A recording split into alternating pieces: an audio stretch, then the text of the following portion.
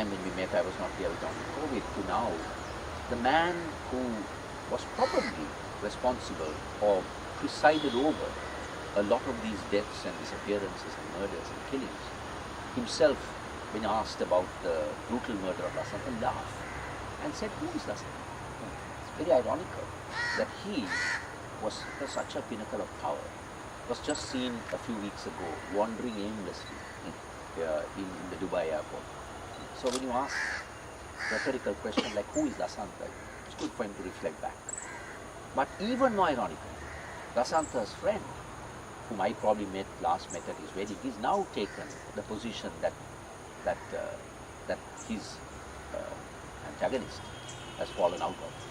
And he is now presiding over the state of affairs in his country, protecting the very people that Lasantha stood against or stood to expose. How ironical is that? And he would also sometimes come here at some of the commemorations and grieve for his death. You see how things turn very nasty.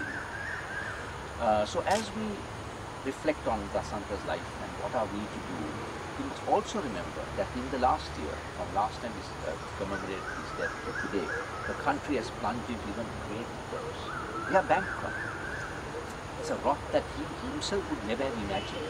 But I ask myself, what would he have done at a time like this? Especially now that silence has crept back. There was a time when we out on the streets, even reporters and journalists like you, covered the news and exposed the fact that money has been plundered, things have been stolen, the very things that Lasantha was doing, the corruption, the plunder, which has caused the rot. But suddenly the press has gone silent, and there was a hideous thing of turning that vote of the government into a little gaudy Christmas celebration that Christ could have been very upset about, that Christmas tree, an ugly monument, I would say, not a reflection of Christianity. So at a time like this, can we be silent? Can the press stop reporting these matters and just go back to life as usual and just make Lasantha become just another news item? Or can we really look back and say, what can we do, even as millions of our people are going to suffer untold misery, and more parents are going to weep and mourn the loss of their children or the loss of their livelihood. So let's reflect on that. As we sometimes mourn personally, let's see, can we draw some inspiration from what he has done, from his work, from his life, and from his death, and not remain silent, but do something to address the many iniquities and injustices that we face in this country.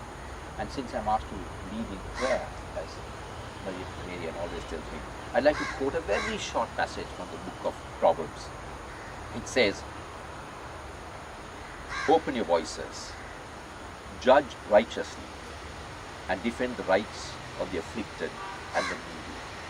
And with that, I ask you to take a few minutes to reflect on how you want to remember him, and how you want to draw from his life, and what little can you do for the betterment of our